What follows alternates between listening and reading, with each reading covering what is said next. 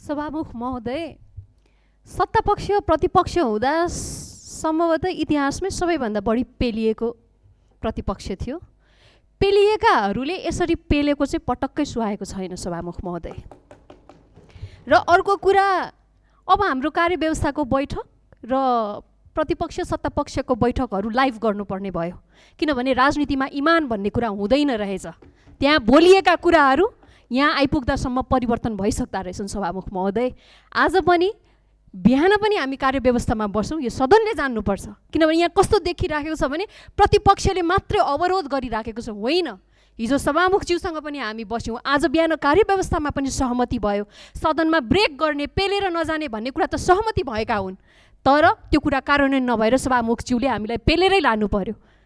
अहिले फेरि हामी सत्तापक्षसँग छलफलमा बस्यौँ। सत्तापक्ष उहाँ मुख्य सचेतक मात्रै होइन, पार्टीको महामन्त्री पनि हो।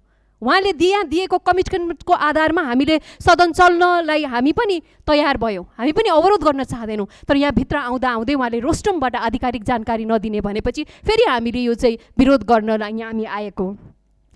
अर्को कुरा सभामुख महोदय, मान्यज्यूहरूले विधेयकको लागि समय लिनुहुन्छ।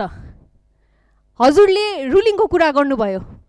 पर्यटन विधेयकमा बोल्न आउनुभएका मान्यज्यूले सत्तापक्षले प्रतिपक्षलाई उपदेश दिएर जानुभयो, यो विषय रुलिङ गर्नुपर्ने विषय होइन सभामुख महोदय।